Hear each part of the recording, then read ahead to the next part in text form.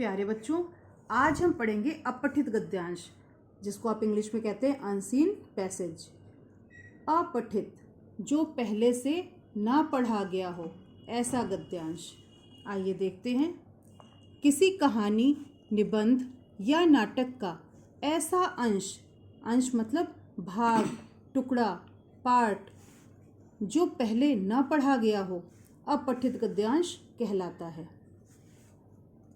अपठित गद्यांश को पढ़कर हमें उसके प्रश्नों के उत्तर इस प्रकार देने चाहिए। ठीक है, तो हम पढ़ते हैं और फिर इसके उत्तर ढूंढकर लिखेंगे। डाकिया घर घर चिट्ठियाँ पहुँचाता है। डाकिया बच्चों, पोस्टमैन जिसको आप इंग्लिश में समझते हैं, वही हमारे हिंदी में डाकिया कहलाता है। और ये क्या काम करते हैं? चिट्ठियाँ बांटते हैं। आजकल तो ये प्रचलन कम हो गया है जब से मोबाइल आए हैं, लेकिन इससे पहले जब तक मोबाइल नहीं थे, चिट्ठियों के द्वारा ही एक दूसरे को संदेश भेजे जाते थे। वह खाकी वर्दी और सिर पर टोपी पहनता है। खाकी वर्दी बच्चों जैसी पुलिस की होती है ना, जिस रंग की, बस वही खाकी रंग होता है।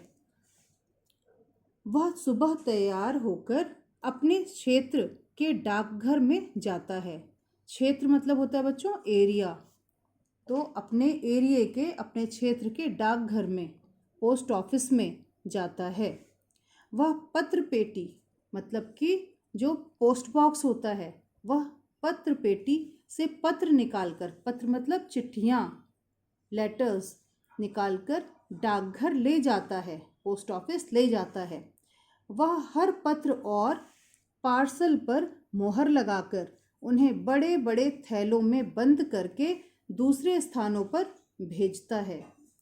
दूसरे स्थानों से जो डाक बड़े बड़े थैलों में आती है, उसमें से वह अपने क्षेत्र की चिट्ठियाँ, पार्सल तथा मनी ऑर्डर छांटकर इकट्ठे करता है। डाकिया बड़ा दयालु होता है। वह अनपढ़ लोगों के पत्र भी लिख देता है। बच्चों, अनपढ़ मतलब कि जो पढ़ा लिखा ना हो।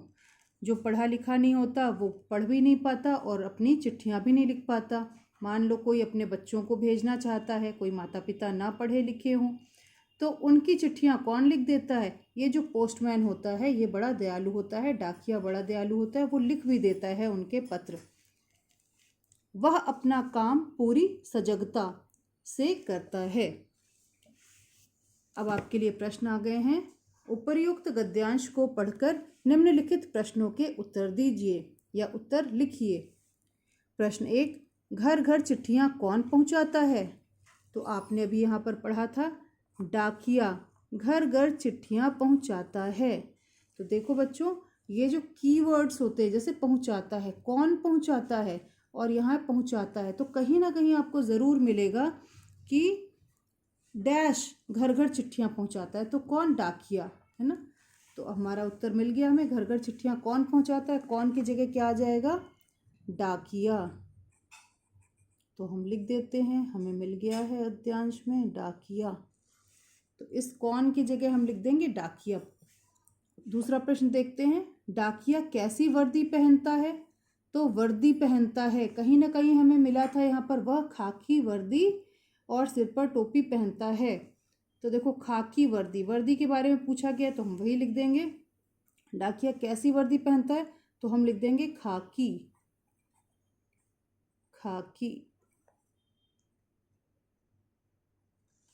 अगला प्रश्न है, डाकिया पत्र कहाँ से निकालकर डाकघर ले जाता है? तो डाकिया पत्र कहाँ से निकालकर ले जाता है? तो देखते हैं, यहाँ पर लिखा था कहीं पर, वह पत्र पेटी, है ना, पोस्ट बॉक्स, पत्र पेटी से पत्र निकालकर डाकघर ले जाता है। ये आपका पूरा उत्तर यहाँ मिल गया। ठीक है, तो आपका उत्तर आ जाएगा पत्र पेटी, पत्र पेटी। अगला प्रश्न है, डाकिया किन लोगों के पत्र लिखता है? वह अनपढ़ लोगों के पत्र भी लिख देता है। तो आपका मुख्य उत्तर हो गया अनपढ़ लोगों, है ना। अनपढ़ बिंदु जरूर लगाएंगे। डाकिया किन लोगों के पत्र लिख देता है? अनपढ़ लोगों के। देखिए केवल हमको किन हटाना है यहाँ पर, तो हम किन की जगह अनपढ़ लिख देंगे। कहाँ से? तो पत्र पेटी से। कहाँ को हटाएंगे हम? ठीक है। डाकिया कैसी वर्दी पहनता है? कैसी को हटाएंगे हम। घर घर चिट्ठियाँ कौन पहुँचाता है? कौन को हटाएंगे। तो बच्चों ये जो कब, कहाँ, कौन, कैसे, ये जो शब्द होते हैं ना, जो आप इंग्लिश में भी पढ़ते हैं, WH फैमिली, तो वो जो शब्द हैं प्रश्नवाचक शब्द, उनको हटाएंगे। उनकी जगह अपने उत्तरों को हम रख देंगे और बाकी वाक्य में जो शब्द आ रहे हैं उनको हम वैसे ही लिखते हैं। हमारा उत्तर तैयार हो जाता है। तो बच्चों आज हमने अपठित गद्यांश पढ़ा है और समझा है। आप भी लिखिए, समझिए, प्रयास कीजिए। आज के लिए बस इतना ही। धन्यवाद।